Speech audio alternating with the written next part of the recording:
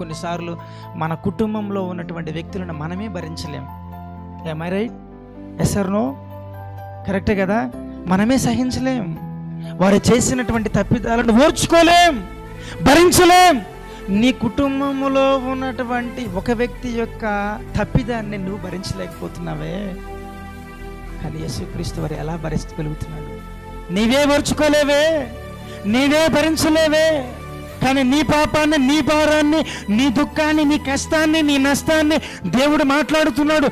నేను నీ పాపమును భరిస్తున్నటువంటి వాడను, నీ దుఃఖమును భరిస్తున్నటువంటి వాడను. ఈరోజు ఈ హాల్లో ఎవరైతే కూర్చున్నారో వారందరి యొక్క దుఃఖములను నీ దేవుడు భరిస్తున్నటువంటి వాడై ఉన్నాడు. హల్లెలూయా. అందుకని మత్తయి సువార్త 11వ అధ్యాయం 28వ వచనంలో రాయబడినటువంటి మాట ఏంటంటే, ప్రయాసపడి భారము మోసుకున్న సమస్త జనులారా నా యొద్దకు రండి.